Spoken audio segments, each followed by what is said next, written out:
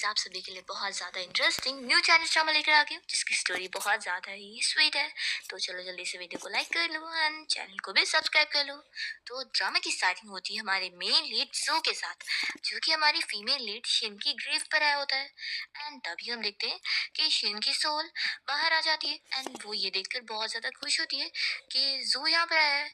वो तो बहुत ही सरप्राइज भी होती है एंड जो यहाँ रोते हुए उससे बातें कर रहा होता है, उसे बता रहा होता है कि मैं शायद बहुत लेट हो गया हूँ और मैं तुमसे कभी अपनी फीलिंग्स कन्फेस कर ही नहीं पाया कि मैं तुम्हें कितना ज़्यादा लाइक करता हूँ।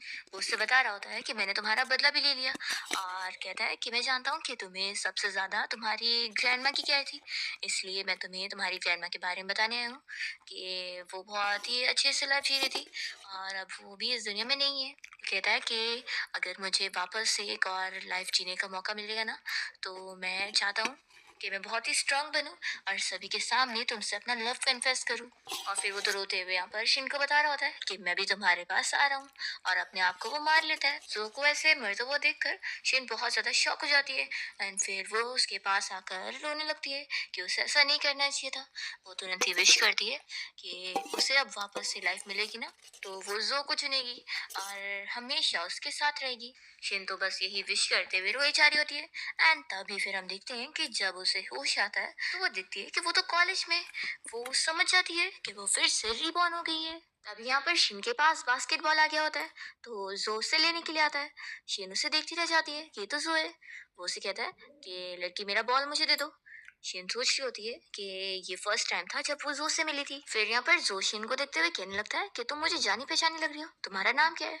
तो फिर शिन बहुत ही खुश होकर जल्दी से उससे अपना नाम बताने लगती है।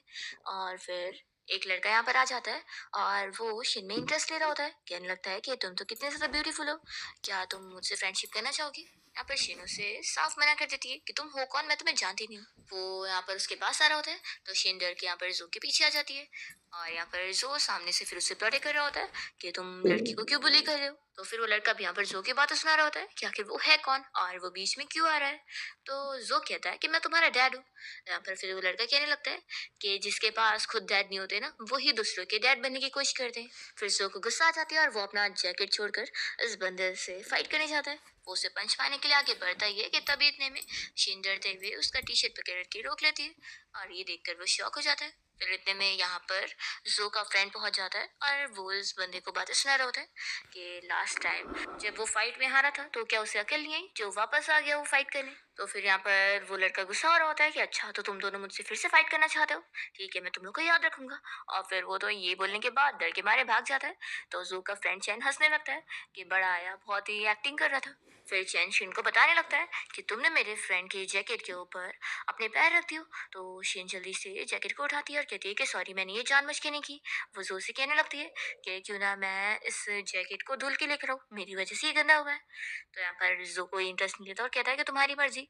और फिर वो अपने फ्रेंड चैन को चलने बोलता है। शिन तो फिर बहुत ज्यादा खुश हो रही होती है और वो सोच लेती है कि अब उसे ये नेक्स्ट लाइफ जीने का मौका मिला है, तो इस बार उसने डिसाइड कर लिए कि वो जो को प्रोटेक्ट करेगी। फिर यहाँ पर जो अपने फ्रेंड चैन के साथ बातें करते हुए चल रहा होता है एंड चैन इससे शिन के बारे में ही पूछ रहा होता है।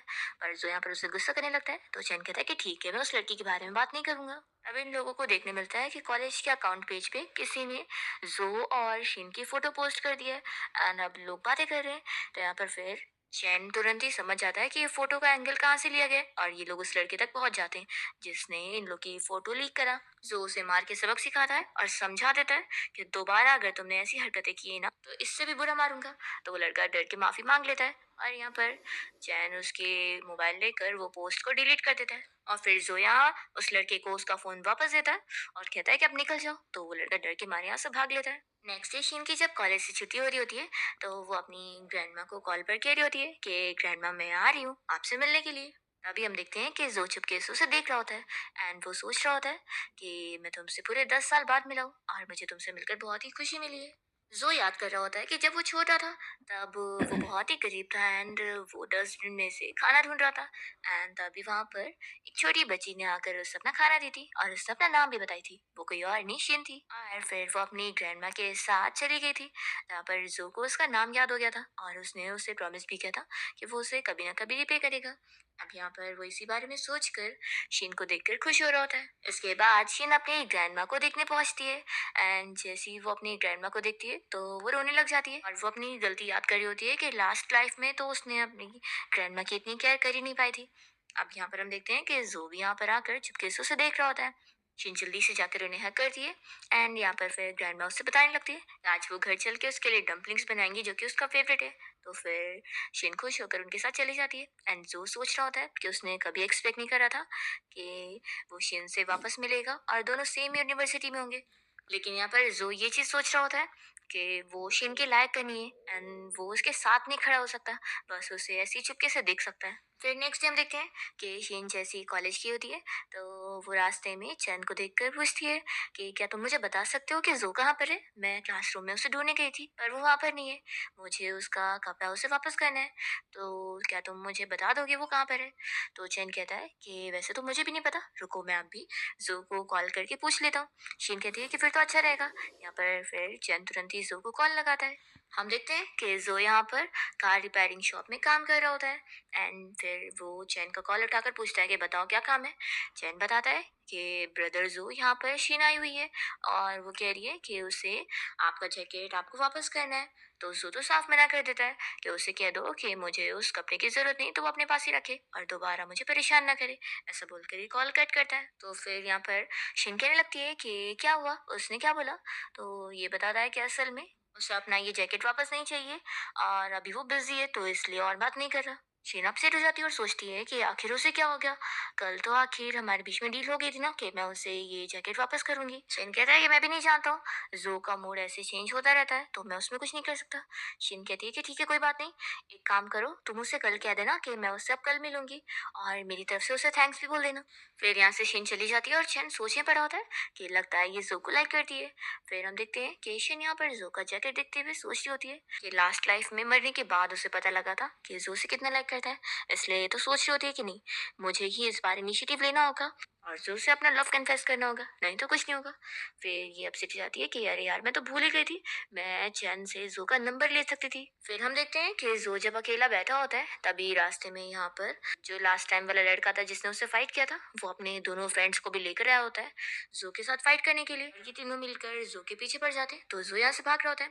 तभी शीन जैसी ये देखती है तो वो तुरंत ही चैन को कॉल करती है एंड उसे बताती है कि जो कैसे प्रॉब्लम में।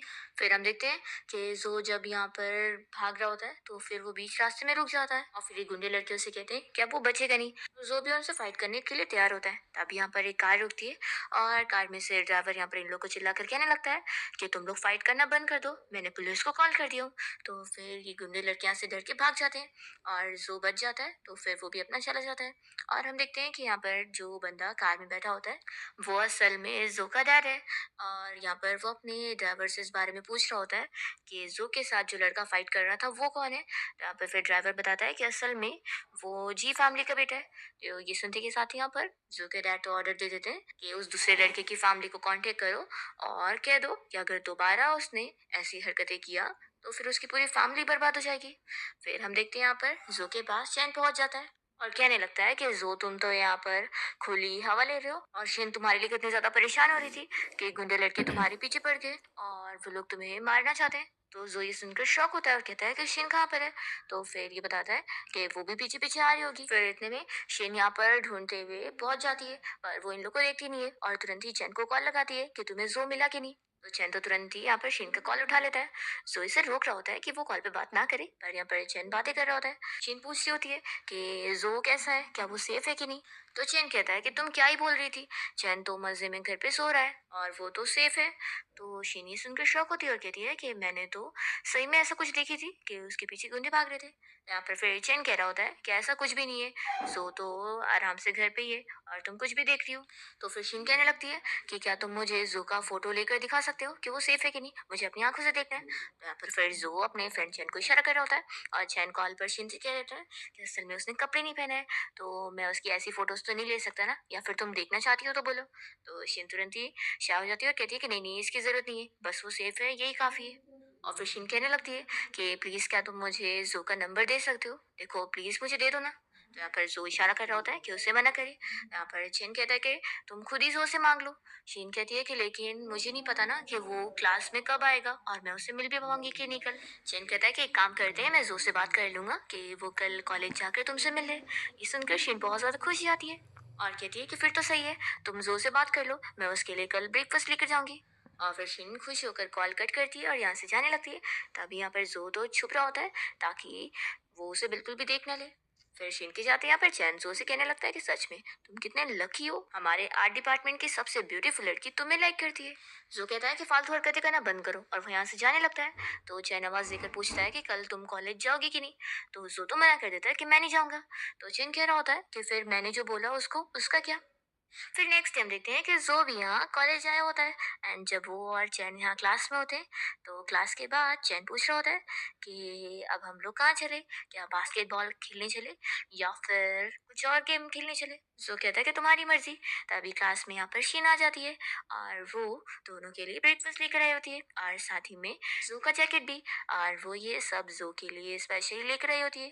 तो फिर एक क्लासमेट यहाँ पर कहने लग जाता है कि अरे वाह, जो तो कितना बड़ा एक्सपर्ट निकला, हमारी आर्ट डिपार्टमेंट की सबसे ब्यूटीफुल लड़की जू को लाइक करती है। जो इस बात पर गुस्सा होता है एंड उस लड़की को चिल्लाने लगता है कि वो अपना मुंह बंद रखे। फिर यहाँ पर शिन का लाया हुआ ब्रेकफास्ट जल्दी से चैन खोल कर देख रहा होता है और कहने लगता है कि वाह डम्पलिंग्स, क्या ये तुमने बनाई हो। तो शिन बताती है कि हाँ मैंने बनाई हो। और फिर शिन तो जो का नंबर मांग रही होती है। तो जो कहता है कि अच्छा नंबर, वो मैं बाद में दूंगा। तो शिन इसके लिए मान जाती है और कहती है कि ठीक है फिर मैं जाती हूँ और हम लोग बाद में बात करते हैं। जैसे ही वो क्लास के बाहर जाती है, तो यहाँ पर जो ये सारे ब्रेकफास्ट खुद ले लेता है और अपने फ्रेंड को कह देता है कि ये सब मेरा है, मैं तुम्हें नहीं दूंगा। तो चेन कहता है कि ये क्या बात कर रहे हो, अभी उसने खुद बोल कर गई है कि उसने हम दोनों के लिए लेकर आई है और इसमें दो दो है, तो एक मेरा हुआ ना। तो जो मना कर देता है कि नहीं मैं नहीं दूंगा, लेकिन ये सब मैं ही खाऊंगा। चैन बाहर से खड़े होकर छिपके से ये सब सुन रही होती है एंड वो बहुत ज्यादा खुश होती है। चैन बेचारा बताने लगता है कि मैं सुबह 5:30 से उठकर तुम्हारे साथ यहाँ पर आया हूँ, तो थोड़ा सा तो खाने को दे दो, भूख लगी हुई है। तो फिर जो थोड़ा सा दे देता है। चैन कहता है कि शुक्र है थोड़ा तो दिए। यहाँ पर शीन अभी भी हंसी जा रही होती है। चैन कह रहा होता है कि तुम में तो सच में तरस नहीं है, इतना सब बस मुझे खाने को दिए। फिर यहाँ पर के पास टीचर आ जाती है एंड वो तुरंत ही उसे बात करने के लिए साथ चलने बोलती है। तो शीन फिर टीचर के साथ जा रही होती है। तभी हम देखते हैं कि जो जब शीन को टीचर के साथ जाते हुए देखता है, तो वो चुपके से उनकी बात सुन रहा होता है। यहाँ पर टीचर शिन को इस बारे में समझा रही होती है कि क्या तुम जू से मिलने गई थी, क्या तुम उसे पसंद कर रही हो, देखो पागल मत बनो। जो कॉलेज का सबसे बदमाश लड़का है और तुम एक अच्छी स्टूडेंट हो, तो तुम उसके साथ मत रहो। जितना दूर रहोगे उतना अच्छा रहेगा, नहीं तो उसका तो फ्यूचर बर्बाद है ही है, वो तुम्हारा भी कर देगा। तो जो भी यहाँ पर टीचर की बात सुनते हुए सोच रहा होता है कि टीचर बिल्कुल सही कह रही है, मैं और शिन एक दूसरे के लायक नहीं है, क्योंकि हम दोनों सेम दुनिया से बिलोंग नहीं करते। मैं उसके बिल्कुल लायक का नहीं हूँ। तभी इतने में शिंतया जो की तारीफ करने लगती है कि टीचर आप गलत समझ रही हो, जो वैसा बिल्कुल नहीं है, बल्कि वो तो बहुत ज्यादा ही अच्छा है। तो टीचर कहती है कि तुम यहाँ पर नहीं हो तो तुम्हें कैसे ही पता होगा, देखो अब तुम क्लास में जाओ और पढ़ाई करो, यहाँ पर फालतू टाइम मत वेस्ट करो। फिर जो ये सब सुनने के बाद अब से टुकड़े जा रहा होता है एंड शिन सोच में पड़ी होती है कि जो ने उसे बोला था कि वो उसे खुद ही कांटेक्ट करेगा और मैसेज करेगा, पर अभी तक किया नहीं। तभी इतने में ये जू को जाते हुए देख लेती है, तो सोच में पड़ जाती है कि क्या कहीं उसने टीचर और मेरी बातें तो नहीं सुन ली है। वो सोचती है कि नहीं, मैं ऐसे परेशान नहीं हो सकती हूँ, कोई बात नहीं, अगर से सुन लिया है तो मैं जानती हूँ कि वो बहुत ही सेंसिटिव है, लेकिन इस बार तो मैं इनिशिएटिव लूंगी ना और मैं उसे डेट करके रहूंगी और उससे मना के रहूंगी। फिर इतने में शिन के पास चैन आता है और कहने लगता है कि तुम क्लास में नहीं गई और यहाँ पर क्या कर रही हो। तो फिर शिन कह रही होती है कि जो कहाँ पर जा रहा है। तो चैन बताने लगता है कि जो को अपना कुछ जरूरी काम था इसलिए वो चला गया, लेकिन फिक्र मत करो, वो बास्केटबॉल खेलने के लिए बाद में आने वाला है। तो फिर शिन खुश होती है। फिर बास्केटबॉल मैच के बाद जब जो यहाँ से निकलता है, तो शिन उसके साथ चल रही होती है। पर इतने में जो का जो कॉम्पिटिटर होता है वो उसे फाइट करने आ जाता है कि बास्केटबॉल मैच के टाइम पर तो तुम बड़ा हमें से फाइट करने के लिए कर रहे थे, तो चलो अब फाइट करते हैं। तो शेन यहाँ पर जू को बोलने से रोकती है और वो इस बंदे को चिल्लाती है कि गेम के टाइम पर उसने चीट किया था और पहले जू को हिट किया था। तो अब वो आखिर मैच के बाद उसे प्रोवोक करने के लिए क्यों आ रहा है। तो यहाँ पर फिर बाकी स्टूडेंट्स शिन से इस बारे में पूछने लग जाते हैं कि आखिर वो इस गुंडे लड़के जो के साथ क्या कर रही है। वो तो हमेशा बस फाइट करता रहता है। एंड इवन और भी स्टूडेंट्स ने देखे कि हमेशा वो गुंडों के साथ ही घूमता है। तो ऐसे लड़के के साथ रहकर वो अपना भी सब कुछ खराब कर लेगी। तो शिन इन लोगों को चिल्लाती है कि जो के बारे में ऐसा मत बोलो, वो ऐसे टाइप का बिल्कुल नहीं है। तो फिर ये कॉम्पिटिटर कहता है कि अच्छा तुम बड़ी इसकी साइड ले रही हो, तो कहीं ऐसा नहीं कि तुम भी इसके साथ मिली हुई हो। जो को गुस्सा आती है और वो उस लड़के से कहता है कि दोबारा बोलो तुमने क्या बोला। तो यहाँ पर फिर बंदा जो को मारने जाता है तो शिन जल्दी से आगे आ जाती है जो को प्रोटेक्ट करने के लिए। एंड फिर यहाँ पर जैसे ही शिन को लगता है तो वो जो के नजदीक आ जाती है एंड एक्सीडेंटली जो और शिन की केस हो जाती है। और सारे लोग ये देखकर शॉक हो जाते हैं। फिर शिन जल्दी से जो से दूर होती है। इतने में यहाँ पर शिन की फ्रेंड आकर उसका साथ देते हुए जो को चिल्लाने लगती है कि तुम कितने बड़े परवट हो, तुमने शिन का फायदा उठाने की कोशिश करी। तो जो कहता है कि मैंने ऐसा कुछ नहीं किया। और फिर वो समझ रहा होता है कि वैसे भी बात सही है, मुझे शिन से दूर ही रहना चाहिए। वो तुरंत ही यहाँ से जाने लगता है। तो शिन जल्दी से जाकर जो को हाथ पकड़ के रोकती है। तो वो नहीं रुक रहा होता है। शिन कहती है कि मैं नहीं रुकने वाली हूँ। वो उसके सामने आ जाती है एंड सभी के सामने फिर उससे अपना लव कन्फेस कर देती है कि मैं तुम्हें लाइक करती हूँ। सारे लोग ये सुनकर शॉक होते हैं और बातें करने लग जाते हैं। शिन फिर दोबारा से कहती है कि मैं सच कह रही हूँ, मैं सीरियस हूँ तुम्हारे लिए और मैं तुम्हें बहुत लाइक करती हूँ। जो तो फिर स्माइल करने लग जाता है और फिर वो शिन का हाथ पकड़ के उसे यहाँ से लेकर जाता है और दूर आके रुकता है। और यहाँ पर फिर वो उसके क्लोज आने लगता है और कहता है कि अच्छा तो तुम मुझे लाइक करती हो, तो मुझसे इतना डर क्यों रही हो। शिन कहती है कि यानी तुम मान गए। जो कहता है कि ठीक है मैं मान जाता हूँ, लेकिन उसके लिए तुम्हें पहले मुझे किस करके दिखाना होगा। फिर वो कहता है कि जाने दो, मैं तुम्हें फोर्स नहीं करूंगा। वो जाने लगता है तो शिन जल्दी से उसे रोकती है और गाल पे किस कर लेती है और कह रही है कि क्या ये स्वीट थी। तो जो तो मना कर देता है कि बिल्कुल नहीं, मुझे तो लगता है ये वेस्ट ऑफ टाइम है। तभी जल्दी से शिनू से रोकती है और कहती है कि कल मैं कैंडी खा कर आऊंगी और फिर से हम ट्राई करेंगे। जो उसे समझाने लगता है कि देखो मैं नहीं चाहता कि दूसरे हमें मिसअंडरस्टैंड करे, क्योंकि मुझे तुम जैसी सिंपल लड़कियां बिल्कुल पसंद नहीं। शिन कह रही होती है कि जो मैं सच में तुम्हारे लिए सिंसियर हूँ, मैं तुम्हें लाइक करती हूँ।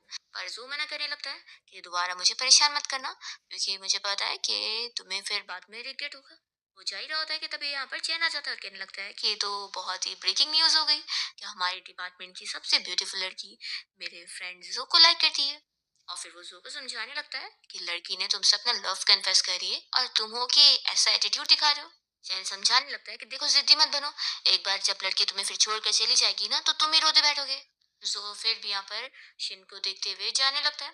तो चैन पूछता है कि अब तुम कहाँ जा रहे हो। तो जो बताता है कि वो बोर्ड गेम खेलने जा रहा है। जो यहाँ से जाते हुए मन ही मन शिन को सॉरी बोल रहा होता है कि अभी मैं तुम्हें डिजर्व नहीं करता हूँ, इसलिए मैं अपने आप को पहले कुछ काबिल बनाऊंगा ताकि तुम्हारे साथ खड़ा हो सकूं और तुम्हें फेस कर सकूं। फिर काफी टाइम हो जाता है और शिन अपने घर पे होती है और बहुत ही गुस्सा हो रही होती है कि इतना टाइम हो गया जो ने मुझे बिल्कुल कांटेक्ट नहीं किया, वो कितना ज्यादा हार्टलेस है। तभी चैनी से मैसेज में जू का फोटो सेंड करता है कि वो यहाँ बोर्ड गेम खेलने आया हुआ है। तो शिन बहुत ही खुश होती है और जल्दी से यहाँ से निकलती है। तभी हम देखते हैं जू को जो कि इस बारे में सोच रहा होता है कि शिन से वो इतने दिन से मिला नहीं है और उसको देखा भी नहीं है। तो उसे थोड़ा उसके बारे में ख्याल आ रहा है कि वो कैसी होगी कैसी नहीं। तभी हम देखते हैं कि शिन यहाँ पर नए लुक में उससे मिलने पहुंचती है। और वो तो सोच रही होती है कि उसने लास्ट टाइम बोला था ना कि उसे सिंपल लड़कियां पसंद नहीं है, तो पक्का फिर उसे ऐसी मॉडर्न लड़की पसंद है, इसलिए वो उस तरीके का ही तैयार होके आई होती है। जैसे यहाँ पर शिन को चैन देखता है तो वो जू को बताने लगता है कि देख लो शिन का तो आज ड्रेस ही कुछ अलग सा है। तो वो जो तो यहाँ पर शिन को देखकर शर्मा जाता है और अपने फ्रेंड को गेम पर फोकस करने के लिए बोलता है। तभी यहाँ पर बोर्ड गेम खेलने आए हुए कुछ लड़के शिन को देखकर उसके पास आ जाते हैं एंड उसे यहाँ पर छेड़ने लगते हैं। तो शेन उन लोगों को अपने से दूर रहने के लिए बोल रही होती है। तो फिर वो कहते हैं कि अच्छा पहले तुम हमें दिखाने के लिए ऐसे कपड़े पहन कर आई हो और अब हमें ही दूर भगा रही हो। और फिर लड़का जबरदस्ती यहाँ से शेन को अपने साथ लेके जाने लगता है। तभी चैनजू को बताता है कि वहां पर वो लोग शेन को बुली कर रहे हैं, तो क्या तू अभी भी नहीं जाएगा और बस यहीं पे खेलता रहेगा। फिर जो बहुत ही गुस्से में उस बंदे को पंच मारने जाता है एंड उसे वो बहुत ही मार रहा होता है। एंड बाकी लोग तो ऐसे ही उसे देख के डर जाते हैं और जो यहाँ से इन सारों को लेकर जाता है और वो यहाँ एक रूम में लेकर जाके उनकी धुलाई कर रहा होता है। तभी शीन डरने लगती है और चैन से कहती है कि वो सेफ तो होगा ना, कुछ प्रॉब्लम तो नहीं आएगी। तो चैन कहता है कि फिक्र मत करो, जो बहुत ही अच्छा फाइटर है, अब वो लोग बचेंगे नहीं। चैन सोचने पड़ जाती है कि मुझे पता ही नहीं था कि मैं उसके लिए इतनी ज्यादा इंपॉर्टेंट हूँ, मैंने तो उसे गलत समझ ली थी। फिर जैसे ही जो बाहर आता है तो शीन उसकी फिक्र करने लगती है और कहती है कि तुम ठीक तो हो? देखो तुम्हारे हाथ में चोट भी लगी है, चलो मैं तुम्हें हॉस्पिटल लेके चलती हूँ। तभी जो जल्दी से उससे अपना जैकेट पहनाता है और फिर उसे पकड़ के अपने साथ लेकर जा रहा होता है। चैन शौक में होता है कि जो करता क्या रहता है, मुझे तो समझ ही नहीं आता। फिर यहाँ शीन को साइड में लाने के बाद जो उसे पूछ रहा होता है कि आखिर तुम ऐसे ड्रेसअप होकर क्यों आई हो, तुम करना क्या चाहती हो। तो शीन बताती है कि मैं ये तुम्हारे लिए ड्रेसअप होकर आई हूँ। वो कहने लगती है ये लास्ट टाइम मैंने चेन का पोस्ट देखी थी, जिसमें मुझे पता लगा कि तुम यहाँ पर अक्सर बोर्ड गेम्स खेलने आया करते हो और यहाँ पर तो ऐसी ड्रेसअप होकर लड़कियां आती ना, और तुमने मुझे कहा भी था कि तुम्हें सिंपल लड़कियां पसंद नहीं है। तो फिर मुझे लगा कि तुम्हें ऐसे ही लुक में मैं पसंद आऊंगी, इसलिए मैं तुम्हारे लिए ऐसे तैयार होकर आई।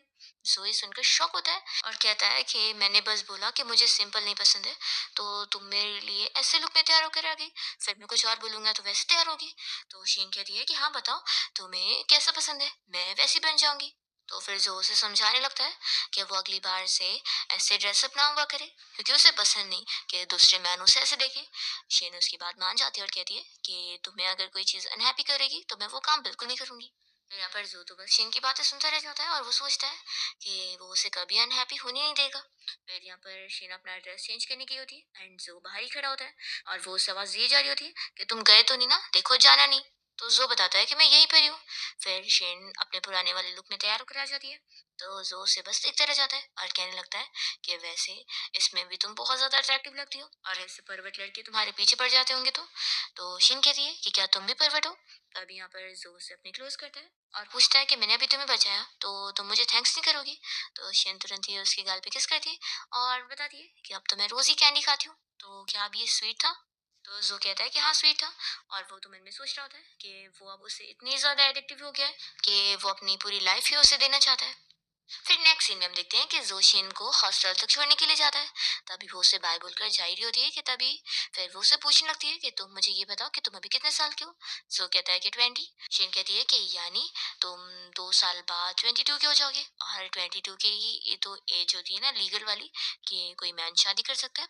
तो फिर हम लोग 2 साल बाद शादी करेंगे। ये सुनने के साथ ही जो शॉक होता है और शीन के पास आकर उसका फीवर चेक करने लगता है कि तुम्हें तो फीवर नहीं है, तो क्या तुम पोजेस्ड हो गई हो।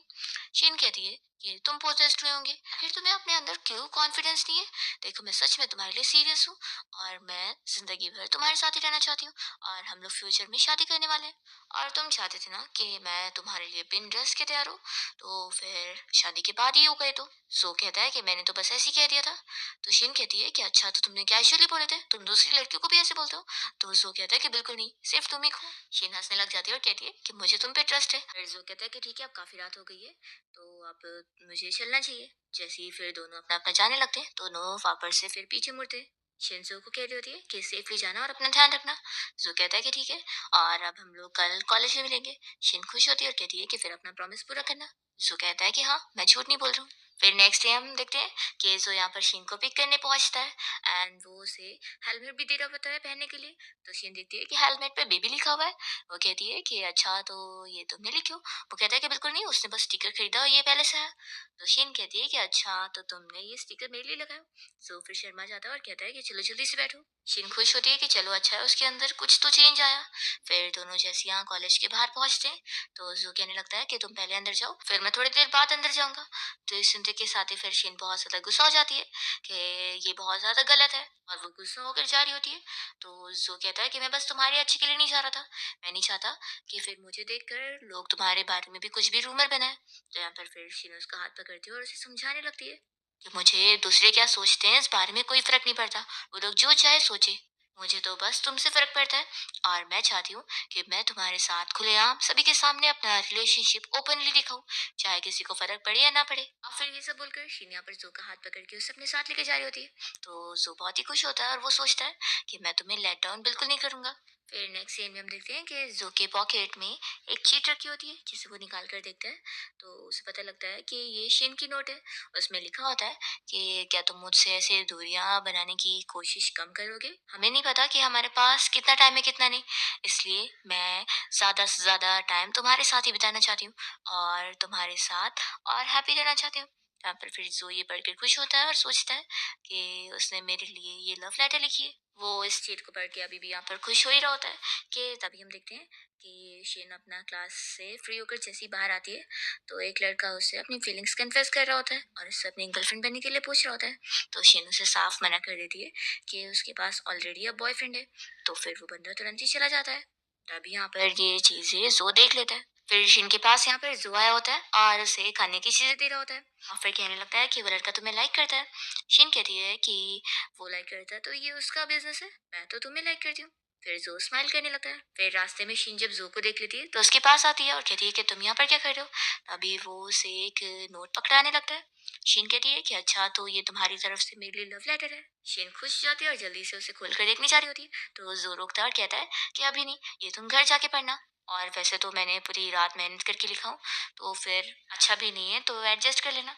शिन कहती है कि अच्छा तो तुमने मेरे लिए बहुत ही बड़ा सा ऐसे लिखे हो। जो फिर शर्मा रहा होता है और कहता है कि चलो मैं तुम्हें घर छोड़ देता हूँ। और फिर हम देखते हैं कि शिन तो इतनी खुश हो रही होती है कि ये मेरी लाइफ का सबसे प्रीशियस गिफ्ट है। फिर घर जाने के बाद वो बहुत ही एक्साइटेड होकर उस लेटर को खोलती है, ये सोचकर कि उसने बहुत सारी चीजें लिखा होगा। पर वो देखती है कि उसमें बस 4 लाइन्स लिखी होती है। तो वो अच्छे से आगे पीछे देखने लगती है कि बस इतना सही। फिर जब वो उसकी लिखी हुई लाइन्स पढ़ती है तो बहुत ज़्यादा इमोशनल हो जाती है कि वो सच में उसे कितना ज़्यादा लाइक करता है। वो यहाँ पर फिर याद कर रही होती है कि लास्ट लाइफ में तो वो लोग कभी एक दूसरे की फीलिंग्स जान ही नहीं पाए थे और उनके बीच कुछ स्टार्ट हो नहीं पाया था। लेकिन अब नहीं, अब वो सब कुछ ठीक कर लेगी। हम देखते हैं कि यहाँ पर जो अपना रिपेयरिंग शॉप में काम कर रहा होता है एंड फिर तभी वो शिन को कॉल लगाता है। शिन जैसे उसका कॉल उठाती है तो उसकी रोती हुई आवाज सुनकर जो कहता है कि क्या हुआ है, क्या तुम कोई प्रॉब्लम में पड़ गई हो, किसी ने तुम्हें बुली किया है। तो शिन कहती है कि ऐसा कुछ भी नहीं है, मैं सेफ हूँ। मैं असल में बस तुम्हारा लिखा हुआ लेटर पढ़ रही थी तो मुझे रोना आ गया। जो कहने लगता है कि मैं लिखने में बिल्कुल अच्छा नहीं हूँ और रात में इतनी मेहनत करने के बाद ही मैं इतने थोड़े से वर्ड्स लिख पाया। तो फिर शिन कहती है कि वो थोड़े से वर्ड्स है तो क्या हुआ, मुझे तुम्हारी फीलिंग्स का कितना एहसास है और मुझे तुम्हारे वर्ड्स की बहुत ही ज्यादा अहमियत है। मुझे वो बहुत ज्यादा पसंद आया। शेन इतनी ज्यादा तारीफें कर देती है कि जो कहता है कि अच्छा, फिर तो लगता है नेक्स्ट टाइम और भी कुछ इंटरेस्टिंग करना पड़ेगा। फिर शेन शर्मा जाती है और जल्दी से कॉल कट करती है। फिर नेक्स्ट टाइम देखते हैं कि शेन अपना क्लास में होती है और जो बाहर से उसे झांक कर देख रहा होता है। तभी इतने में यहाँ पर पुलिस ऑफिसर पहुंच जाते हैं और उसे अपने साथ लेके जा रहे होते हैं कोई इन्वेस्टिगेशन के लिए।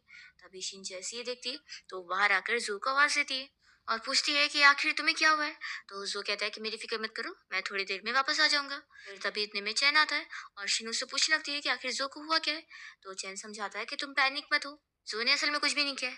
मुझे तो लगता है कि ये उसी बेकार लड़की की हरकत होगी जो कि जो से हमेशा फाइट करता रहता है, इसलिए मुझे जाकर पुलिस ऑफिसर से बात करनी होगी। शिन कहती है कि मैं भी तुम्हारे साथ चलती हूँ, मैं भी जाकर वहां पर जो का साथ दूंगी। फिर शिन पुलिस ऑफिसर से जो के बारे में बात करती है कि असल में उस रात वो कैसे प्रॉब्लम में पड़ गई थी और जो ने तो उसकी हेल्प किया था उन गुंडों से उसे बचाने के लिए, और तभी फिर उसने उन लोगों से फाइट किया। तो इसलिए उसने कुछ गुनाह नहीं किया, बल्कि उसने तो एक ब्रेवरी वाला काम किया है, एक लड़की की जान बचाने का। पर फिर चैन भी साथ दे रहा होता है। पुलिस ऑफिसर कहते हैं कि ठीक है अब बस बहुत हो गया, हम इन्वेस्टिगेट करेंगे और फिर डिसाइड करेंगे। पर पुलिस ऑफिसर फिर और ज्यादा नहीं सुनता और तुरंत ही चले जाते हैं। फिर शिन काफी परेशान होती है और ऐसे फिर पूरा दिन बीत जाता है और जो फिर फाइनली जेल से छूटकर बाहर आता है। शिन उसे देखकर खुश होती है और जल्दी से हक करती है।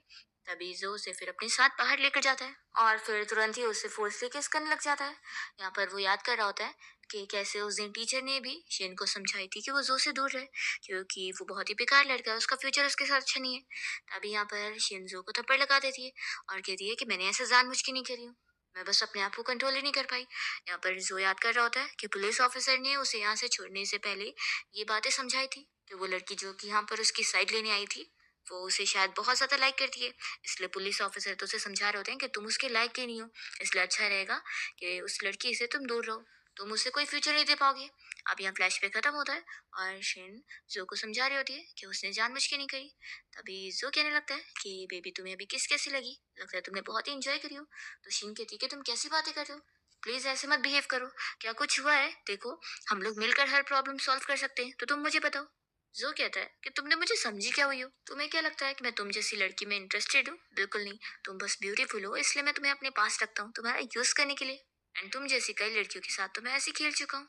शीन को ये सब सुन के यकीन नहीं आ रहा होता है, वो शौक हो रही होती है। जो कह देता है कि देखो, तुम जैसी सिंपल लड़की ना मेरे लायक ही नहीं है, मुझे ऐसी लड़कियाँ पसंद नहीं। वो जा रहा होता है, तो शिन तुरंत ही उसे रोकती है और कहती है कि मुझे पता है कि तुम ऐसे बिल्कुल नहीं हो और तुम सब झूठ कह रहे हो। प्लीज़ क्या हुआ है मुझे बताओ, मुझसे शेयर करो। तो यहाँ पर ज़ोर से चिल्लाता है कि तुम्हें क्या मेरी बातें सुनाई नहीं दे रही है? वो गुस्से में उसका हाथ छुड़ाकर चला जाता है एंड तभी यहाँ फिर बारिश भी होने लग जाती है एंड दोनों ही यहाँ पर भीग रहे होते हैं। ज़ोर से छोड़कर जाते हुए सारी चीज़ें याद कर रहा होता है कि कैसे वो उसे चेज़ करने में लगी हुई थी और उसके साथ कितना हैप्पी था। तब यहाँ पर शिन उसके पीछे आती है और नीचे गिर जाती है और रोते हुए उसे कहने लगती है कि मुझे छोड़कर मत जाओ।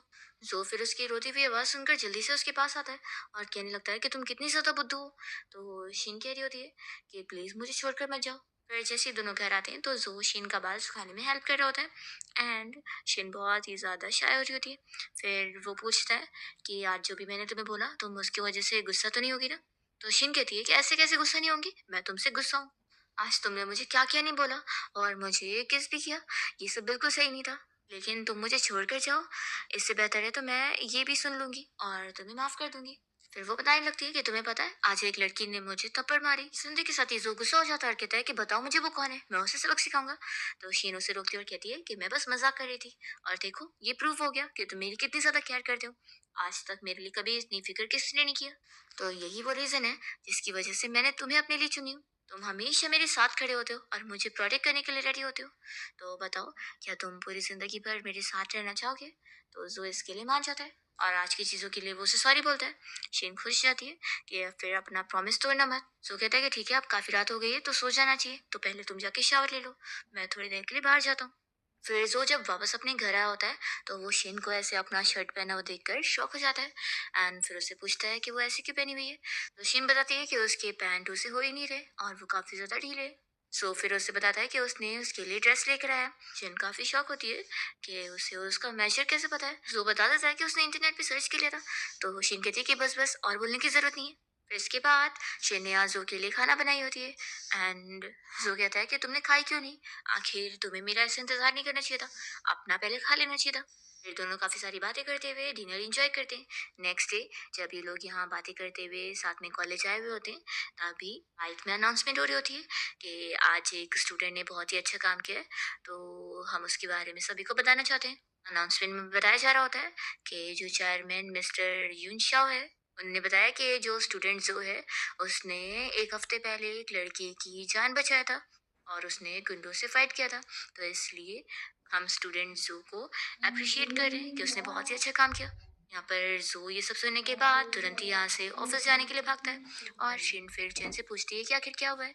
तो फिर ये से सब बता देता है कि असल में जो चेयरमैन युन शाओ है वो कोई और नहीं, उसके डैड है और ये उसका फैमिली मैटर है, तो तुम इसमें मत पड़ो। तभी हम देखते हैं कि ज़ो यहाँ पर अपने डैड के पास पहुंच जाता है और वो उन पे गुस्सा कर रहा होता है कि वो ये सब क्यों कर रहे हैं। तो फिर उसके डैड कहने लगते हैं कि मैं बस तुम्हारी फिक्र कर रहा हूँ। आखिर लास्ट टाइम जो हुआ था, अगर मुझे उस बारे में पता ना चलता तो फिर मैं तुम्हारी केयर कैसे कर पाता? तुम मेरे बेटे हो और मैं किसी को भी अपने बेटे को ऐसे तंग करने नहीं दे सकता हूँ। तो यहाँ पर फिर जो गुस्से में चिल्ला रहा होता है कि मैं आपको अपना डैड नहीं मानता। तो फिर उसके डैड कहते हैं कि मैं जानता हूँ कि तुम मुझसे नफरत करते हो। तो यहाँ पर फिर उसके डैड कहने लगते हैं कि मैं मानता हूँ कि मैं तुम्हारी मॉम के जीते जी कभी उसे खुश नहीं कर पाया, लेकिन मुझे तुम्हारे बारे में पता ही नहीं था। इसलिए अब तो मैं कम से कम तुम्हारा एक अच्छा डैड बनना चाहता हूँ और तुम्हें कंपनसेट करना चाहता हूँ। इसलिए तुम मुझे एक मौका दे दो। तो यहाँ पर ज़ू फिर बहुत ही गुस्से में चिल्लाता है कि अब उसे याद आ रहा है कि उनके पास एक बेटा है और वो उसकी केयर करने पहुंच गए। वो साफ मना कर देता है कि मैं आपको ये चांस कभी नहीं देने वाला हूँ कि आपको एक बेटा नसीब हो। मैं आपका बेटा नहीं बनना चाहता और अब आप मेरी लाइफ में इंटरफेयर करना बंद कर दे। ऐसा बोलकर वो गुस्से में चला जाता है। यहाँ पर हम देखते हैं कि शीन और चैन उसका इंतजार कर रहे होते हैं। जैसे ही वो आता है तो फिर वो लोग खुश हो जाते हैं और चैन पूछने लगता है कि तुम ठीक तो हो ना? उन्होंने तो कोई तुम्हें ट्रबल तो नहीं करी ना? तो यहाँ पर फिर ज़ो शिन से कहता है कि मेरा तुमसे कुछ भी छुपाने का इरादा नहीं था। शिन कहती है कि कोई बात नहीं, वैसे भी अब मुझे पता लग गया है। तो ज़ो शॉक होकर कहता है कि तुम्हें पता लग गया? तो जल्दी से यहाँ पर चैन बातें घुमाता है कि कुछ नहीं, वो बस ऐसे ही कह रही है। उससे आखिर क्या ही पता होगा? तो चलो आज रात हम लोग गेम खेलने चलते हैं। तो शिन कहने लगती है कि हाँ हाँ, हम साथ में गेम खेलेंगे, बहुत ही मज़ा आएगा। तो यहाँ पर फिर ज़ो शिन से कहने लगता है कि तुम थोड़ा मुझे टाइम दे दो, आज मैं गेम नहीं खेलना चाहता हूँ। तो शिन कहती है कि ठीक है, कोई बात नहीं, नेक्स्ट टाइम चलेंगे। फिर नेक्स्ट सीन में हम देखते हैं कि शिन जब अपनी ग्रैंडमा के घर पहुंचती है तो वो बहुत ज़्यादा खुश हो रही होती है। तभी इतने में वो देख लेती है कि उसकी ग्रैंडमा की आँख पर चोट लगी हुई है और वो अपनी आँख को सेक रही है। तो ग्रैंडमा को ऐसी हालत में देखने के साथ ही शिन को उनकी बहुत ही फ़िक्र होने लगती है और वो कहने लगती है कि ग्रैंडमा ये हाल ज़रूर उसी हान ने किया होगा ना? आखिर वो क्यों हमारे पीछे पड़ गया है और आपको छोड़ ही नहीं रहा है? फिर शिन अपनी ग्रैंडमा की वज़ह से यहाँ रो रही होती है, तभी इतने में ज़ो उसे मिलने आया होता है और वो उसे रोते हुए देख लेता है। वो उसे पूछने लगता है कि क्या हुआ है? तो शिन उसे नहीं बताना चाह रही होती है। तो ज़ो कहता है कि मुझे जल्दी बताओ, मुझे बहुत ही फ़िक्र हो रही है। तो फिर शिन कहती है कि मैं बताती हूँ, लेकिन तुम मुझसे प्रॉमिस करो कि तुम कोई भी इम्पल्सिव वाला काम नहीं करोगे। ज़ो मान जाता है कि ठीक है, अच्छा बताओ तो। तो यहाँ पर फिर शिन उसे बताती है कि असल में उसकी ग्रैंडमा को उस हान ने मारा हुआ है। ये सुनने के साथ ही ज़ो को फ़िक्र हो रही होती है और वो बहुत गुस्सा होने लग जाता है। शिन कहती है कि देखा, अभी तुमने प्रॉमिस किया है तो तोड़ना मत। असल में पहले मेरी पूरी बात सुनो। फिर वो उसे सब बता रही होती है कि असल में वो हान उसके अंकल का बेटा है और असल में वो लोग प्रॉपर्टी के लिए उसकी ग्रैंडमा को परेशान कर रहे हैं। तो इसलिए ही उसने ये सारी हरकतें की है। असल में उसके ऊपर ऐसे ही बहुत सारा कर्जा है और वो हमारे पीछे पड़ गया हमसे पैसे मांगने के लिए। और अब हम यहाँ पर कोई और जगह पे रहने आ गए तो भी उसने हमें ढूंढ ही लिया। एक्चुअली में पहले हम लोग कोई और जगह पे रह रहे थे और इसकी वजह से हम यहाँ पर आए थे। सो कहता है कि तुम ये सब मुझ पे छोड़ दो। मैं अब उस हान को दोबारा तुम लोगों को परेशान करने नहीं दूंगा और फिक्र मत करो, मैं कुछ गलत काम नहीं करने वाला हूँ, मैं सब कुछ अच्छे से हैंडल करूंगा। तो फिर शेन मान लेती है। फिर हम देखते हैं कि हान को इस बारे में पता लग जाता है कि जो असल में शेन का बॉयफ्रेंड है। तो फिर वो उसके पास पहुंच जाता है और उसे पूछने लगता है कि दोनों के बीच में कुछ चल रहा है। तो यहाँ पर जो भी मान लेता है कि हाँ, मैं उसका बॉयफ्रेंड हूँ, इसलिए अब तुम्हें अगर उससे कुछ भी बात करनी है तो मुझे बोलो, उससे परेशान मत करना। तो यहाँ पर फिर ये इसे बताने लगता है कि अब तो मैं तुम्हारा ब्रदर इन लो और देखो मुझे पैसों की जरूरत है, तो तुम मुझे पैसे दो। यहाँ पर जो उसे मना करने लगता है कि वो उसे पैसे नहीं देगा। तो फिर हान गुस्सा हो रहा होता है कि फिर मैं शीन को छोड़ने वाला नहीं हूँ और इसकी ग्रैंडमा को भी, और उन्हें परेशान करता रहूंगा। तो फिर जो मान जाता है कि ठीक है और वो उसे तुरंत ही उसके अकाउंट पे 30,000 ट्रांसफर कर देता है। तो फिर हान कहता है कि ये हुई ना बात, अब ठीक है, नेक्स्ट टाइम मिलते हैं। ऐसा बोलकर वो चला जाता है और हम देखते हैं कि जो तुरंत ही यहाँ पर पुलिस को कॉल करता है और फिर इसके बाद पुलिस स्टेशन में हान के मॉम डैड पहुंच जाते हैं यहाँ पर जो से माफी मांगने के लिए। और वो कह रहे होते हैं कि प्लीज हमारे बेटे के ऊपर जो तुमने केस करे हो वो वापस ले लो, वो अब बिल्कुल भी चीन को परेशान नहीं करेगा। यहाँ पर मॉम नील डाउन करने को भी तैयार होती है। तो हान कह रहा होता है कि आखिर आप लोग इसकी बातें क्यों सुने जा रहे हैं। तो फिर उसके डैड चिल्लाने लगते हैं कि तुम्हारी वजह से हम कितने बड़े प्रॉब्लम में आ जाएंगे, तुम्हें पता नहीं है कि इसका कितने बड़े लोगों के साथ हाथ है। फिर यहाँ पर सो कहता है कि ठीक है, आप लोग इतना बोल रहे हैं तो मैं मान सकता हूँ और इसके ऊपर से केस हटा सकता हूँ, लेकिन एक ही शर्त पर, कि आप लोग मुझसे प्रॉमिस करो कि आपका बेटा और आप दोनों ही शीन और उसकी ग्रैंड माँ को पैसों के लिए तंग नहीं करेंगे और उन्हें छोड़ देंगे। तो यहाँ पर फिर ये लोग इसके लिए भी मान जाते हैं और जो से ये डील कर लेते हैं। फिर इसके बाद जो जब घर आता है तो देखता है कि उसके डैड पहले से बैठे हुए होते हैं। वो उनसे कहने लगता है कि आप यहाँ पर क्या कर रहे हो, आप हमेशा ही मेरे लाइफ में इंटरफेयर करते रहते हैं। वो उन्हें समझाने लगता है कि आपको क्या लग रहा है कि आपकी पावर के बिना मैं कुछ नहीं कर पाऊंगा, बिल्कुल नहीं, मैं अपने दम पे भी सब कुछ कर सकता हूँ, मुझे आपकी फैमिली की पावर की जरूरत नहीं है। तो यहाँ पर फिर उसके डैड कहने लगते हैं कि तुम्हें क्या लग रहा है कि मेरे बिना तुम क्या उस शिन को अच्छे से प्रोटेक्ट कर लोगे और उसे हर मुसीबत से बचा लोगे। तो जो इस बात पर गुस्सा हो जाता है कि आप आखिर क्या करने का सोच रहे हैं। तो फिर उसके डैड कहते हैं कि मैं तुम्हारा कुछ बुरा नहीं चाहता हूँ, मैं तुम्हारा अच्छा ही सोचता हूँ। फिर यहाँ से जो के डैड निकलने के बाद अपने असिस्टेंट को ऑर्डर दे रहे होते हैं कि वो कॉलेज से बात करे कि जो की बास्केटबॉल टीम को वो लोग ग्रैंड प्राइज दिलवाना चाहते हैं, क्योंकि लास्ट टाइम वो लोग कंपटीशन में जीते थे और उसका प्राइज वो काफ़ी अच्छा ऑफर कर रहे होते हैं। फिर हम देखते हैं कि जो और चैन यहाँ पर साथ में गैराज में होते हैं और काम कर रहे होते हैं। इतने में इन लोगों को कॉल आती है एंड इन्हें टीचर से गुड न्यूज़ मिलती है कि लास्ट टाइम वो लोग जो बास्केटबॉल कंपटीशन में जीते थे उसका उन्हें प्राइज मिलने वाला है और प्राइज में पूरे 1 लाख मिलेंगे और ये किसी स्पॉन्सर ने ऑफर किया है। तो वो लोग ये पैसे लेना चाहते हैं कि नहीं। तो चैन तो तुरंत ही खुश हो जाता है और जो को हाँ बोलने बोलता है। तो जो भी खुशी के मारे हाँ बोल देता है और दोनों ही बहुत ज्यादा हैप्पी होते हैं। फिर दूसरी तरफ हम शिन को देखते हैं जो कि यहाँ पर जो के बारे में सोच रही होती है। इतने में उसका कॉल आ जाता है। तो फिर ये उसे पूछती है कि तुम क्या कर रहे थे। सो कहता है कि मैं बस तुम्हें एक गुड न्यूज़ बताने के लिए कॉल कर रहा था। वो उसे बास्केटबॉल कंपटीशन और उसके प्राइज मनी के बारे में बता देता है। तो शिन भी बहुत ज़्यादा हैप्पी होती है और वो एक और चीज़ बताता है कि मैंने तुम्हारे लिए एक सरप्राइज भी प्लान करा हूँ तुम्हें बहुत खुश करने के लिए। तो फिर वो पूछती है कि आखिर क्या सरप्राइज है। तो जो कहता है कि वो तो तुम्हें देखने के बाद पता चलेगा। फिर कॉल कट करने के बाद यहाँ पर शीन इस बारे में सोच रही होती है कि तुमने मेरे लिए पता नहीं क्या सरप्राइज प्लान किया होगा, चलो फिर मैं भी तुम्हारे लिए कोई सरप्राइज प्लान करती हूँ। फिर हम घर पे देखते हैं कि जो और चैन यहाँ पर बहुत सारी स्पोर्ट्स कार में से चुन रहे होते हैं कि वो लोग कौन सी वाली खरीदेंगे। तभी इतने में घर पे यहाँ शिन जो से मिलने आई होती है और वो से कह रही होती है कि तुम क्या कर रहे हो, मैं एक रात के लिए तुम्हारे पास रहने के लिए आई हूँ। तभी इतने में चैन उसे देखकर शौक हो जाता है और जो से कहता है कि मैं चलता हूँ, तुम लोग अपना टाइम एंजॉय करो। और फिर वो तो जल्दी से यहाँ से भाग लेता है। फिर शिन जब अंदर यहाँ ज़ू के पास आती है तो ज़ू पूछता है कि तुम अचानक से यहाँ पर रात में रुकनी कैसे आ गई? क्या ग्रैंडमा को इस बारे में पता है? तो फिर शिन बताती है कि असल में ग्रैंडमा अपने रिलेटिव के घर गई है। तो फिर मैंने सोची कि एक रात के लिए मैं यहाँ पर आ जाऊँ। वो उसे सारे गिफ्ट दिखाने लगती है कि उसने उसके लिए बहुत सारी ड्रेसेस खरीद के लाई है। ज़ू कहता है कि अभी तो तुमने खरीद ली, लेकिन अगली बार से तुम्हें अपने पैसे ऐसे मेरे ऊपर वेस्ट करने की ज़रूरत नहीं है। तुम बस अपने ऊपर और अपने ग्रैंडमा के लिए लो, मैं यही चाहता हूँ। तो फिर शीन मान जाती है कि अच्छा ठीक है, अगली बार नहीं करूंगी। फिर यहाँ पर जो खुश होकर शीन को हक कर रहा होता है। तभी इतने में शीन एक फोटो देखने लगती है और कहती है कि वो कौन है। तो जल्दी से जो छुपा लेता है और उसे बता देता है कि असल में वो मेरी फर्स्ट लव है। वो उसे अपनी स्टोरी फिर सुनाने लगता है कि जब वो छोटा था तो उसके पेरेंट्स ने उसे घर से बाहर निकाल दिए थे एंड उसके पास ना रहने के लिए जगह थी और ना खाने को कुछ था। तब ये एक छोटी सी बच्ची थी जो कि फैरी की तरह थी। उसने उसे खाने को दी थी और उससे इतना अच्छे से बात कर रही थी, तभी से वो उसे लाइक करने लग गया था। अब ये सारी स्टोरी सुनने के बाद शिन बहुत ज्यादा जेलस हो जाती है और कहती है कि अच्छा, तो अब तुम्हारे पास पहले से कोई फर्स्ट लव है जिसे तुमने छिपा के रखे हो। जो फिर उसे फोटो दिखा देता है और कहता है कि देख लो यही है वो। तो शिन कहती है कि ये तो मेरी बचपन की फोटो है। तो जो भी उसे बता देता है कि हाँ, मेरी फर्स्ट लव कोई और नहीं तुम ही हो। तो शिन तो बहुत ज्यादा हैप्पी हो जाती है। फिर नेक्स्ट डे जो यहाँ पर शिन की आंखें बंद करा कर उसे कार के पास लेके जाता है और बताता है कि ये स्पेशल कार उसने उसके लिए खरीदा हुआ है। तो यहाँ पर फिर शिन तो बहुत ज्यादा इमोशनल हो जाती है कि उसने उसके लिए इतना बड़ा सरप्राइज लिया है। फिर वो उसे बहुत थैंक यू कहने लगती है और तारीफ करती है कि उसे ये गिफ्ट बहुत ज्यादा पसंद आया। फिर दोनों कार में बैठते हैं कार की राइड एंजॉय करने के लिए। एंड तभी यहाँ पर शिन को उसकी ग्रैंड माँ की कॉल आती है एंड वो उसे बता रही होती है कि ये घर पे उन्होंने बहुत ही स्पेशल डिनर बनाई है और वो उसे जल्दी आने के लिए बोल रही होती है। तो शिन कहते हैं कि चलो मैं भी तुम्हें साथ लेके चलती हूँ। तो जो मान जाता है। जब दोनों यहाँ ग्रैंड माँ के घर आ जाते हैं और उनके साथ डिनर कर रहे होते हैं, तभी यहाँ पर जो तो प्रिटेंड कर रहा होता है कि ग्रैंडमा के सामने वो बस शीन को अपना फ्रेंड बता रहा होता है। ग्रैंडमा कहती है कि तुम लोग को कुछ पाने की जरूरत नहीं, मुझे अच्छी तरीके से पता है कि तुम दोनों डेट कर रहे हो ना। तो फिर दोनों ही शौक हो जाते हैं कि ग्रैंडमा को तो पता लग गया। या फिर ग्रैंडमा कहती है कि तुम लोग ने मुझे बुद्धू समझे हुए हो। वो यहाँ पर जो की काफी तारीफें करती है कि मुझे पता है कि तुम बहुत ही अच्छे बच्चे हो। वो सब बताने लगती है कि वो सब जानती है कि उसने शीन के लिए कितना कुछ किया और उसकी कितनी केयर करता है। तो यहाँ पे ग्रैंडमा तो दोनों की फुल सपोर्ट में होती है। फिर इसके बाद हम देखते हैं कि जो जब अपने घर वापस आता है तो देखता है कि उसके डैड फिर से यहाँ पर होते हैं। उन्हें चिल्लाने लगता है कि आप फिर मेरे घर पे क्या कर रहे हो।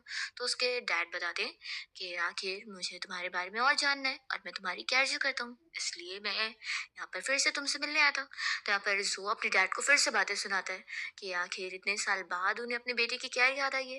वो कह देता है कि आप मेरे लिए अब कोई मायने नहीं रखते और आप अब कोई बेटा डिजर्व भी नहीं करते हो और ना ही मुझे कोई डैड चाहिए। तो फिर उसके डैड गुस्सा होते हैं और कुछ भी नहीं कह पाते। फिर नेक्स्ट डे जो बहुत ही अपसेट होता है तो शिनू से पूछती होती है कि आखिर तुम्हें क्या हुआ है, क्या तुम मुझे बताओगे नहीं। तो फिर जो कहता है कि मैं तुम्हें कोई चीज बताना चाहता हूँ। एक्चुअली मैंने तुम्हें बताया था ना कि मेरे पेरेंट्स नहीं है, ऐसी बात नहीं है। मेरे डैड जिंदा है और असल में वही मिस्टर यून शाओ है जो कि लास्ट टाइम तुम ब्रॉडकास्टिंग के टाइम पर उन्हें देखी थी। असल में वो मेरे डैड है। तो फिर शिन कहती है कि मैं जानती हूँ। यहाँ पर जो उसे बता रहा होता है कि आजकल वो मुझे बार बार परेशान कर रहे हैं और अलग अलग मुझ पे प्रेशर डाल रहे हैं। उन्होंने तुम्हारे और तुम्हारी ग्रैंडमा के बारे में भी सब कुछ इन्वेस्टिगेट कर चुके हैं और उन्होंने कहा है कि तुम लोगों की कंडीशन बिल्कुल अच्छी नहीं है। लेकिन शिन तुम फिक्र मत करो, मैं जल्दी सब कुछ ठीक कर देने वाला हूँ। मैं हमारी लाइफ बदल के रहूंगा और तुम्हें ज्यादा वेट नहीं करवाऊंगा। तो जो को ऐसे परेशान होता हुआ देखकर शिन यहाँ पर सोच रही होती है कि मुझे इसके लिए कुछ करना चाहिए। वो फिर याद करी होती है कि पिछली लाइफ में कौन से बिजनेस ज्यादा चल रहे थे। वो उन सारे बिजनेस का उसे आइडिया देने लगती है जिसे स्टार्ट करके फिर वो अभी के लिए पैसे कमा सकता है। सो यहाँ बहुत खुश होता है कि उसे आइडिया पसंद आया। वो ऑलरेडी सोच ही रहा था कि उसे क्या करना चाहिए और वो शिन को थैंक्स करने लगता है। वो उसे थैंक्स बोल रहा होता है। तो शिन कहती है कि सिर्फ मुंह से थैंक्स बोलकर काम नहीं चलेगा। तो जू कहता है कि फिर क्या तुम्हें मैं नाइट में कोई सरप्राइज दूँ। शिन कहती है कि ऐसा मत बोलो। वो बहुत ज्यादा शाय हो रही होती है। जो कहता है कि अच्छा ठीक है, मैं ऐसे फ्लर्टिंग नहीं करूंगा। वो उसे बताता है कि नेक्स्ट डे वो कोई कंपटीशन के लिए जाने वाला है और फिर वो एक हफ्ते बाद आएगा। तो शिन कहती है कि अच्छा ठीक है, मैं तुम्हारा इंतजार करूंगी। फिर नेक्स्ट डे जो यहाँ अपना पैकिंग वगैरह करने में लगा होता है, तभी शिन उससे मिलने पहुंचती है और कहती है कि असल में ग्रैंडमा घर पे नहीं थी तो मैंने सोची क्यों ना तुमसे मिलने आ जाऊँ। फिर तुम चले जाओगे तो मैं तुम्हें पूरे एक हफ्ते के लिए मिस करूंगी। यहाँ पर शिन ने जो के लिए एक रिंग लेकर आई होती है उसे गिफ्ट में देने के लिए, वो उसे तुरंत ही पहना देती है। तो जो बहुत ही खुश होता है और कहता है कि कितना बड़ा कोइंसिडेंस है ना, मैंने भी तुम्हारे लिए रिंग लेकर आया था। वो भी उसे पहना देता है। फिर दोनों ही बहुत ज्यादा हैप्पी होते हैं। इसके बाद फिर हम देखते हैं कि एक हफ्ता ऐसे ही बीत जाता है और शिन यहाँ पर जू का इंतजार करते हुए सोच रही होती है कि वो बस सेफ हो और जल्दी से वापस आ जाए। तभी इतने में दोनों यहाँ पहुंच जाते हैं। तो शिन जू को देखकर खुश होती है और कहने लगती है कि तुमने मुझे बिल्कुल भी कोई कॉल भी नहीं किया, मैं कितना परेशान हो रही थी। जू ने बहुत सारे गिफ्ट लेकर आया होता है और फिर ग्रैंड माँ यहाँ पर इन लोगों के लिए डिनर प्रिपेयर करने जाती है। तभी जो शिन को एक ट्रॉफी भी लाकर दिखाता है, जो कि असल में उसी की ट्रॉफी थी और उसके कजिन हान ने ले लिया था। तो उसने उससे मांग कर लेकर आया होता है, जो कि देखकर शिन बहुत ज्यादा हैप्पी हो जाती है कि ये ट्रॉफी उसके लिए कितनी इंपॉर्टेंट थी। पर हान ने पैसों के लिए उससे ले लिया था। फिर हम देखते हैं कि जो ने अपने फ्रेंड के साथ जो बिजनेस स्टार्ट करने का सोचा होता है उसमें शिन भी इन लोग की हेल्प कर रही होती है और फिर लोग आइडियाज प्लान कर रहे होते हैं। नेक्स्ट हम देखते हैं कि कॉलेज में यहाँ पर वो एक गुंडा लड़का किसी लड़की को परेशान कर रहा होता है। तो शिन तुरंत ही उसे बचाने के लिए पहुंचती है एंड यहाँ पर जो के डर से वो गुंडा तुरंत ही डर के भाग जाता है। उस लड़की का नाम सूजी होता है और वो तो शिन की अच्छी फ्रेंड बन जाती है। फिर ऐसे कुछ दिन बीत जाता है और हम देखते हैं जो के डैड को। यहाँ पर उनकी सेक्रेटरी उन्हें जो के बारे में सब बता रही होती है कि वो कैसे कैसे काम करके पैसे कमा रहा है और उन्होंने जो उसकी हेल्प करे उसका काफी फायदा हो चुका है। तो यहाँ पर डैड काफी इम्प्रेस होते हैं कि उसे बिजनेस करने आता है, तभी तो वो मेरा बेटा है। यहाँ पर जो के डैड का तो ये प्लान होता है कि जिस तरीके से वो उसे बिजनेस करने के लिए अलाउ कर रहे हैं उस तरीके से वो उसे बैंक भी करवा सकते हैं ताकि उसे अपने पास बुला सके पैसों के लिए। फिर तभी इतने में हम यहाँ पर सूजी को देखते हैं और हमें पता लगता है कि वो तो असल में जू की सिस्टर है। वो ये सब सुन लेती है तो उसके डैड को भी पता लग जाता है और वो अपने डैड को चिल्लाने लगती है कि वो आखिर ऐसा कैसे कर सकते हैं। तो यहाँ पर फिर उसके डैड उसे एक रूम में लॉक करवा देते हैं। फिर दूसरी तरफ हम जू को देखते हैं जो कि घर आता है। तो इतनी सारी डेकोरेशन देखकर शौक हो जाता है। ये शिन ने उसके बर्थडे के लिए सारी सरप्राइजेस प्लान करी है। उसने यहाँ पर उसके लिए काफी सारे नोट्स वगैरह लिखी होती है और उसके लिए बर्थडे केक भी लेकर आती है। फिर नेक्स्ट सीन में हम देखते हैं कि जो और चैन काफी परेशान हो जाते हैं क्योंकि उनका लॉस हो गया होता है और ये सारा काम जो के डैड का होता है। और जो के डैड यहाँ पर अपने असिस्टेंट को भेजते हैं जो को पिक करने के लिए और कहते हैं कि उसके डैड इंतजार कर रहे हैं। तो फिर जो जाता है अपने डैड से मिलने। तो फिर डैड कहने लगते हैं कि चलो बैठकर बात करते हैं, आखिर डैड और बेटे के बीच में ऐसी दूरियां थोड़ी ना रह सकती है। तो फिर जो बता देता है कि वो कैसे आजकल अपनी लाइफ में प्रॉब्लम में पड़ गया और उसे पैसों की थोड़ी ज़रूरत है और उनके अलावा उसके पास कोई और ऑप्शन नहीं है अपनी प्रॉब्लम ठीक करने के लिए। तो फिर उसके डैड बहुत ही एक्साइटेड होकर उठते हैं और कहते हैं कि ये हुई ना बात, आखिर मैं तुम्हारी मदद नहीं करूंगा तो कौन करेगा। तो बताओ फिर क्या ज़रूरत है, मैं तुम्हारी सारी ज़रूरत पूरी करूंगा। तो फिर यहाँ पर जो बता देता है कि उसने एक इंटरनेट कैफ़े स्टार्ट किया था लेकिन कुछ प्रॉब्लम में उसकी कैफ़े पड़ गई है और वो सील हो चुका है और उसका काफ़ी ज़्यादा लॉस हो गया है, इसलिए वो अपने डैड से उधार पैसे माँग रहा होता है अपने लॉस को ठीक करने के लिए। और वो कह देता है कि वो पैसे वो वापस कर देगा। तो उसके डैड कहते हैं कि उधार की क्या बात है, आखिर मैं तुम्हारा डैड हूँ। तुम बस मुझसे एक ही चीज़ प्रॉमिस कर लो, उसके बाद मैं तुम्हारी सारी प्रॉब्लम्स को दूर कर दूंगा और तुम्हारी बहुत ही हेल्प करूंगा। तो फिर जो पूछता है कि बताओ आपको क्या चाहिए, तो उसके डैड कहते हैं कि वो बस यही चाहते हैं कि उनका जो बेटा जिनशाओ मर गया है उसकी जगह वो उसको प्लास्टिक सर्जरी करवा कर अपने कंपनी में काम करने के लिए लाना चाहते हैं सारी दुनिया के सामने, ताकि फिर उनका बिजनेस वापस से कंटिन्यू हो सके। तो फिर जो कहता है कि अच्छा, तो आपका ये सारा प्लान था, आपने ये सारी हरकतें इसलिए करे ताकि आप मुझे कॉम्प्रोमाइज करवा सको और अपने आप मकसद को कामयाब करने के लिए आपने मुझे इतनी सारी प्रॉब्लम्स में डाला। तो उसके डैड कहते हैं कि तुम्हें पैसे चाहिए ना, नहीं तो फिर तुम्हारी प्रॉब्लम कैसे खत्म होगी। तो यहाँ पर फिर जो कहता है कि मुझे थोड़ा टाइम चाहिए, मैं इस बारे में सोच के डिसाइड करूंगा। फिर उसके डैड उसके ऊपर हाथ रखने लगते हैं तो जो उनका हाथ हटाता है और उसके डैड फिर कहते हैं कि तुम्हें क्या लग रहा है कि तुम यहाँ से अभी जा सकते हो, मेरी मर्जी के बिना तुम कहीं नहीं जा सकते। तो जो फिर गुस्सा आने लग जाता है और वो अपने डैड के ऊपर जल्दी से चाकू रख लेता है और उन्हें धमकी देता है कि मुझे यहाँ से जाने दो, नहीं तो फिर आप भी बचोगे नहीं। फिर सारे गार्ड्स को यहाँ पे डैड ऑर्डर दे देते हैं कि तुम लोग रुक जाओ। फिर जो अपना यहाँ से भाग लेता है और यहाँ पर डैड फिर ऑर्डर दे देते हैं कि जाओ उसे पकड़ के लाओ लेकिन उसे कुछ होने मत देना। हम देखते हैं कि जो जब यहाँ इन सारे गार्ड से बचकर भाग रहा होता है तभी अचानक से एक कार उसके सामने आ जाती है और कार से हिट होने से उसे बहुत ज्यादा चोट लग जाती है। फिर हॉस्पिटल में यहाँ पर जो की सिस्टर और उसके डैड दोनों आए होते हैं। तो चैन इन लोग को चिल्लाने लगता है कि जो का अभी ऑपरेशन हो रहा है और वो कह देता है उसके डैड से कि अगर उसे कुछ भी हुआ ना तो मैं आपको कभी माफ नहीं करने वाला हूँ, आपने ये बिल्कुल भी अच्छा नहीं किया है। फिर ऑपरेशन के बाद डॉक्टर बाहर आता है और बताता है कि पेशेंट अभी खतरे से तो बाहर है, लेकिन अभी वो कोमा में है और पता नहीं उसे होश कब आएगा। फिर ये सुनते के साथ ही शीन को तो शॉक लगता है और वो यहाँ हॉस्पिटल में फिर जो का ख्याल रखने लग जाती है और उससे बहुत बातें वगैरह कर रही होती है। फिर यहाँ पर जो के डैड भी जो से मिलने आए होते हैं, तो शीन उन्हें रोक देती है और जो की साइड लेते हुए वो उन्हें बहुत चिल्लाती है कि वो बिल्कुल भी अच्छे डैड नहीं है और वो कह देती है कि अब जो को भी आपकी जरूरत नहीं है, आप उससे दूर ही रहो और यहाँ से चले जाओ, आपको हॉस्पिटल में भी उसे देखने आने की जरूरत नहीं है। तो फिर उसके डैड माफी मांगते हैं और अपनी गलती का यहाँ पे रिग्रेट कर लेते हैं कि जो के साथ उन्हें ऐसा नहीं करना चाहिए था। वो यहाँ पर एक कॉन्ट्रैक्ट देते हैं और कहते हैं कि मैंने जो के नाम पर कुछ शेयर कर दिया हूँ, ये उसे दे देना, और फिर वो माफी मांग कर यहाँ से चले जाते हैं। फिर शिन रोज यहाँ पर जो का ख्याल रखने लग जाती है और उसे ऐसी हालत में देखकर वो रो रही होती है कि तुम जल्दी से ठीक हो जाओ। जो का फ्रेंड चैन भी यहाँ पर हॉस्पिटल में आकर उसकी केयर कर रहा होता है और यहाँ पर शिनो से कहती है कि तुम भी फिक्र मत करो, जो जल्दी ठीक हो जाएगा। वो इसी उम्मीद में होती है। फिर नेक्स्ट टाइम देखते हैं कि हॉस्पिटल में यहाँ वही गुंडा लड़का आया होता है शिन को परेशान करने के लिए, क्योंकि अब जो तो बेहोश है, अब उसे कौन प्रोटेक्ट करेगा, ऐसा वो सब बोलने लगता है। उसे जैसी हैरेस करने जाता है तभी यहाँ पर शिन की आवाज सुनकर सो को होश आ जाता है और वो तुरंत ही आकर उस लड़के को पंच मारकर शिन को बचा लेता है। शिन फिर फाइनली बहुत ज्यादा खुश होती है कि जो ठीक हो गया, वो तुरंत ही उसे हक करती है। फिर हम देखते हैं नेक्स्ट सीन में जो ने यहाँ पर अपने फ्रेंड की मदद से शिन को यहाँ पर प्रपोज करने के लिए बहुत ही अच्छा प्रिपरेशन किया होता है एंड फिर फाइनली वो उसे शादी के लिए प्रपोज करता है।